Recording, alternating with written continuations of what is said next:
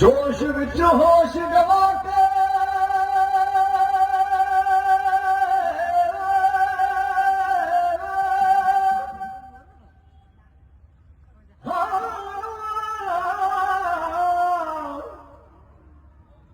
जोश विच होश गवा के सुनिया की हार जांदे भगती जे सच्ची होवे पत्थर भी तार जांदे जोश विच होश गवा के सुनिया की हार जांदे भगती जे सच्ची होवे पत्थर भी तार जांदे ठंडे नी वाहे जांदे ठंडे नी वाहे जांदे बाही पावंगा नू एका एका एका ते सब्र जताउंदा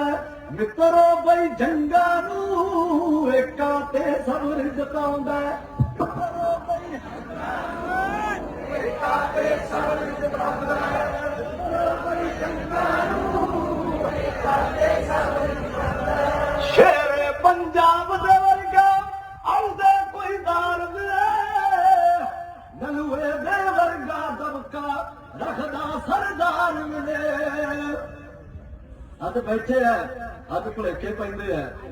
2 ਮਹੀਨੇ ਪਹਿਲਾਂ ਮੈਂ ਸਟੇਜ ਤੇ ਗੱਲ ਬੋਲੀ ਸੀ ਉਦੋਂ ਆਪਾਂ ਪੰਜਾਬ ਸੀ ਉਦੋਂ ਇੱਕ ਦਿਨ ਗੱਲ ਨਿਕਲੀ ਮੂੰਹ ਚੋਂ ਮੈਂ ਕਿਹਾ ਯਾਰ ਕੋਈ ਉੱਠੋ ਨਾ ਯਾਰ ਕੋਈ ਜਰਨੈਲ ਅਸੀਂ ਕਹਿ ਦਿੰਦੇ ਆ ਸਾਡੇ ਜਰਨੈਲ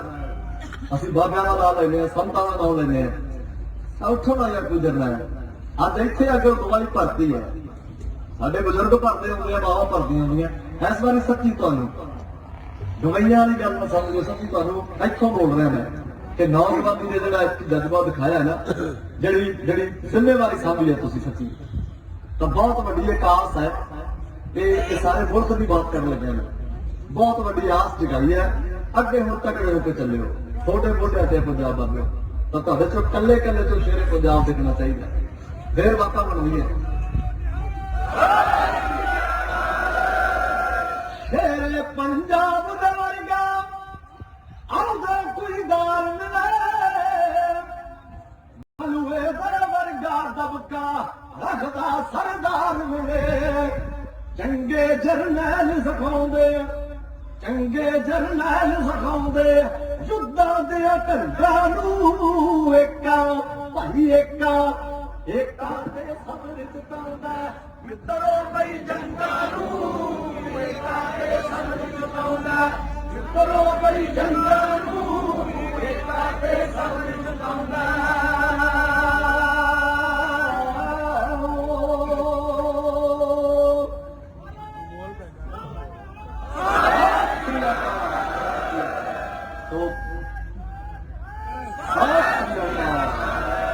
ਆਉਂ ਤੋਂ ਬਾਬੂ ਤੁਹਾਡੇ ਵਾਲੇ ਪਾਸੋਂ ਵੀ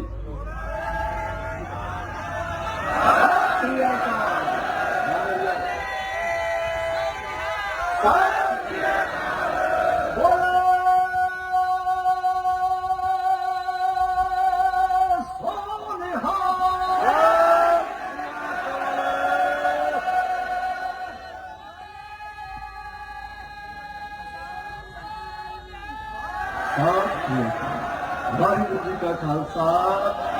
ਵਾਹਿਗੁਰੂ ਜੀ ਕੀ ਫਤਿਹ।